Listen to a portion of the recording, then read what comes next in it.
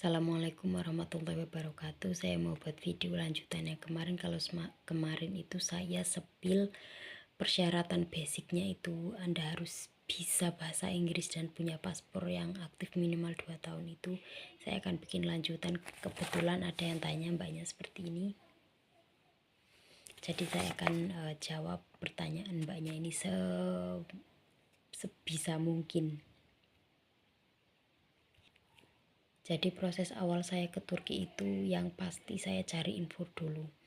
Dan cari infonya juga nggak mudah sih menurut saya. Jadi saya cari info apa aja yang saya cari. Yang pertama legalitasnya, karena kita kan mau kerja ke negara orang, pastinya harus tahu lah legalitasnya itu harus jelas. Nggak mungkin kita kerja ke negara orang itu ilegal, kan nggak worth it banget kalau menurut saya. Jadi harus jelas legalitasnya. Yang kedua itu masalah potongan gaji, masalah gaji juga.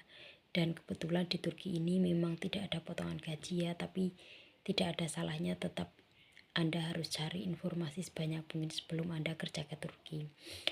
Kalau Anda sudah megangi masalah gaji, Anda sudah paham masalah gaji, Anda harus cari info lagi masalah prosedurnya, masalah peraturan dan lain sebagainya.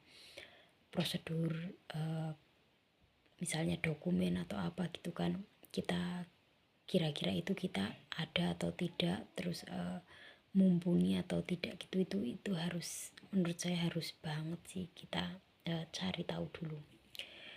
Kalau mbaknya ini sudah mengantongi informasi yang mbak butuhkan, bisalah ke step berikutnya, yaitu mencari agensi. Karena di Indonesia ini belum ada kayak kerjasama antara Turki dan Indonesia, jadi tidak ada PT yang menaungi, tidak ada calo juga. Kalau misalnya ada yang bilang saya bisa memberangkatkan ke Turki, saya bicara tentang neni atau babysitter ya. Kalau selain itu saya nggak tahu. Setahu saya memang kerjaan di Turki itu tidak hanya babysitter, ada juga yang spa, ada di hotel, ada di resto gitu. Kalau selain itu memang, selain neni, selain babysitter memang ada PT yang menaungi, tapi kalau khususnya babysitter seperti saya tidak ada yang menaungi. Jadi semua itu saya lakukan proses secara mandiri. Nah, saya cari agensi langsung di Turki, karena di Indonesia kan tidak ada yang bisa membantu saya. Jadi saya langsung maksud saya di Indonesia itu nggak ada PT, nggak ada perorangan juga yang bisa membantu saya atas pemberangkatan saya. Jadi saya punya inisiatif langsung cari agensi di Turki. Alhamdulillah banyak banget sih yang bantu waktu itu. Jadi enggak susah banget lah. Insya Allah nanti kapan-kapan saya sepil agensi-agensi di Turki yang menurut saya legalitasnya itu sudah jelas.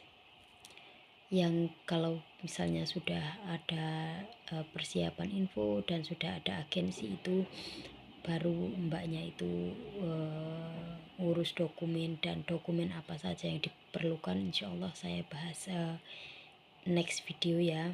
Tolong diingatkan, insya Allah saya buat video lagi masalah dokumen itu. Yang penting kalau menurut saya mbaknya itu minimal punya info dulu lah, ngantongin info, jangan keburu-buru terus minta instan WA, minta dijawab apa langsung kayak maksa gitu, janganlah tolong. Maksudnya mbaknya kan ada HP gitu, bisalah memanfaatkan dari HP itu, malahan lebih efisiensi daripada kita harus menunggu jawaban orang yang kadang kan saya juga diri kerja gitu, dan kerja juga belum lama, jadi masih dalam masa penyesuaian. Jadi mohon maaf ya kalau tidak bisa menjawab, sekali lagi mohon maaf.